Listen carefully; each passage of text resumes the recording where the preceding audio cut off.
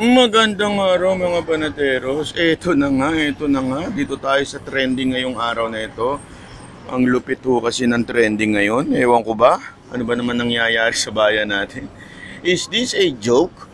Kasi ito daw si Paul Soriano, yung asawa ni Tony.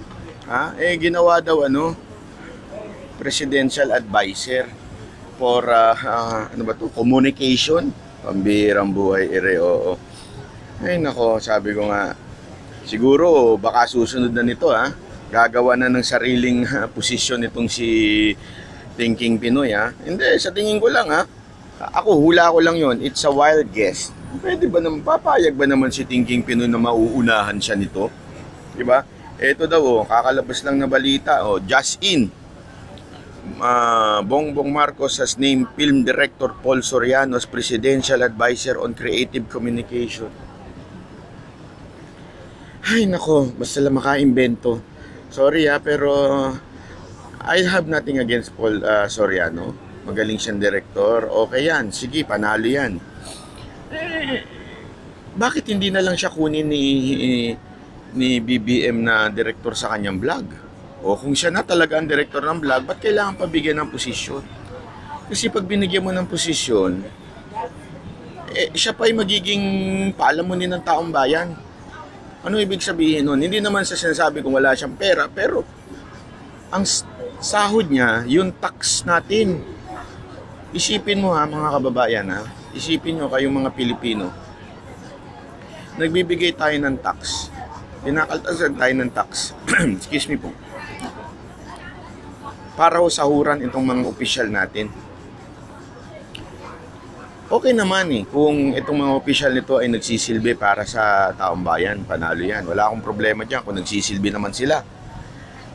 Pero creative, ano to? Anong posisyon nito? Pambira. Creative communication. Oh my golly. This is, sa tingin ko this is an example of political accommodation lang. Basta lang ma-accommodate yung mga tumulong manalo.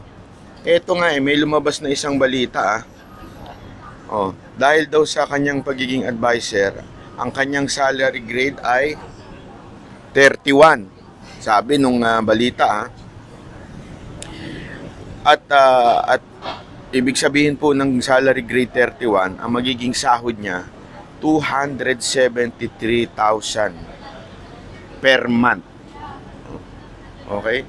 Plus pa yun 273,278, diba? Pero lagay na natin sa 273,000 per month. Isipin nyo ito isipin nyo Okay? 273 na lang ako, computein natin 3 times 12. 273,000 times 12 is 3 million sa isang taon. Ulitin natin. 273,000 times 12, ayaw na magkasa sa calculator ko. 3,276,000 sa 6 na taon. More or more. More or less kasi boss na ibang araw na hindi siya kasali. Ilang buwan. So more or less sa 6 years niya, may 19 million siya. Aba, tiba-tiba sa suporta si kuya. Diba? Magkano? 19,656,000. Mantakin mo, yun ang sasahurin niya for a position na kinreate lang para sa kanya. There are two things na ano natin dito. This is one BS position. Bakit to? Mas importante pa ho ba ito kaysa sa posisyon ng secretary ng DOH na hanggang ngayon wala pa rin ho tayo? OIC lang ang meron. Yun ngang posisyon na secretary sa agrikultura ay anak ng weting. Ang gulo-gulo ngayon, di ba? Kitang-kita nyo naman siguro yung gulo doon.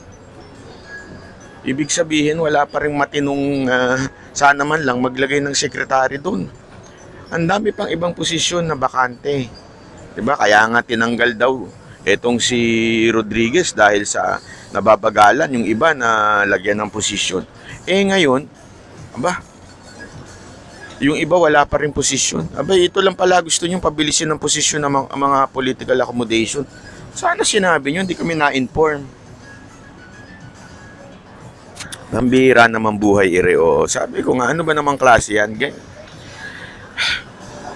Eto, pangalawa, isa pang ano dito, halatang halata itong gobyerno na ito, concern lang sa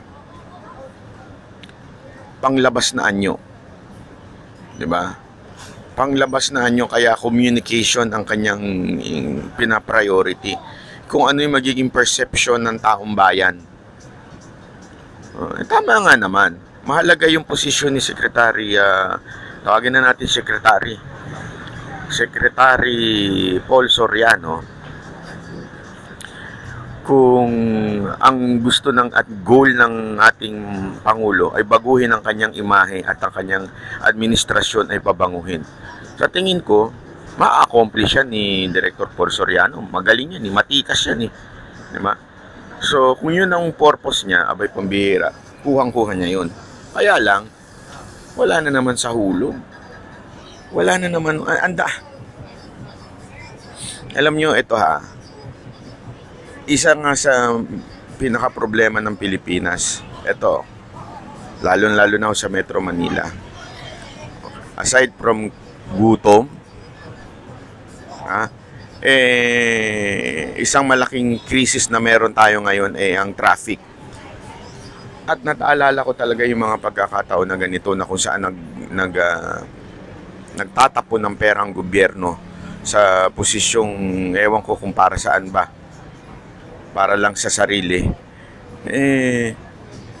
Sana man lang magdagdag na lang ng mga MMDA personnel. Kasi naalala ko noon nung sa MMDA, nung nagpunta kami, isa yan sa problema budget ng ating mga traffic enforcer. Kulang-kulang. Kaya papansinin ninyo, sa Pilipinas may traffic enforcer lang sa almost during peak hours lang. Pero pag mga gabi na, tanghali na, wala na ho. Kasi nga, hindi kayang lagyan dahil sa kulang ng budget ng traffic enforcer. Isa yun. Pangalawa, yung supposedly sinasabi nila, sayang. Sige, dyan na lang atin muna. Yung sinasabi nilang sayang na departamento, yung departamento ng resilient, ganyan-ganyan, di ba? Yung departamento na resilient tuloy. Ibang pangalan nitong departamento na ito? Saan yung Department of Disaster yung ganon-ganon. Disaster. Ayan, wait lang. Ayan, tama nga. Department of Disaster Resilient. Di ba? Ayan, sinasabi nila. Disaster Resilience. Ito, Department of Disaster Resilience. Ayan yung sinasabi nila. Gagastos pa tayo para dyan. Mag-hire pa tayo ng mga USEC, secretary. Pambihira naman. Kung yun talagang ang purpose ninyo, nagagastosan kayo, bakit nyo ginagawa itong posisyon na hindi naman kailangan ngayon? Overlapping ito Overlapping ito sa PCOO. Kaya nga may Presidential Communication Operation Office. Para saan pa yun? Kaya nga merong Office of the Press Secretary, anak ng weteng. Kaya sabi ko sa inyo, abangan ninyo, susunod na sigurado ako, susunod na dyan, mabibigyan ng posisyon si Thinking Pinoy. Ipupusta ko sa inyo, Presidential Advisor, makukuha niya na. Di ba? Maniwala kayo sa akin. Bago matapos ang 6 na taon ni Marcos, itaga nyo ito, ibalik nyo itong video na ito. Magkakaroon ng posisyon yan si TP. Una-una, deny pa siya. Ang second script naman gagawin yan, sasabihin niya. Kasi kailangan ako ng taong bayan. Yan, savior na naman dating niya. Messianic na naman ng datingan niya na siya lang makakapagligtas sa dumadaos-dos. Pustahan tayo. Dalawa lang ang maaaring. Ito, napipredict ko na. Dalawa lang maaari. Mabigyan ng posisyon si TP or awayin na ni TP si Marcos. Tingnan mo. In the future, abangan ninyo. Pag hindi natuloy yung posisyon na mag-aawayan niya na yan, tamo. Antay kayo, ha? Tingnan ninyo.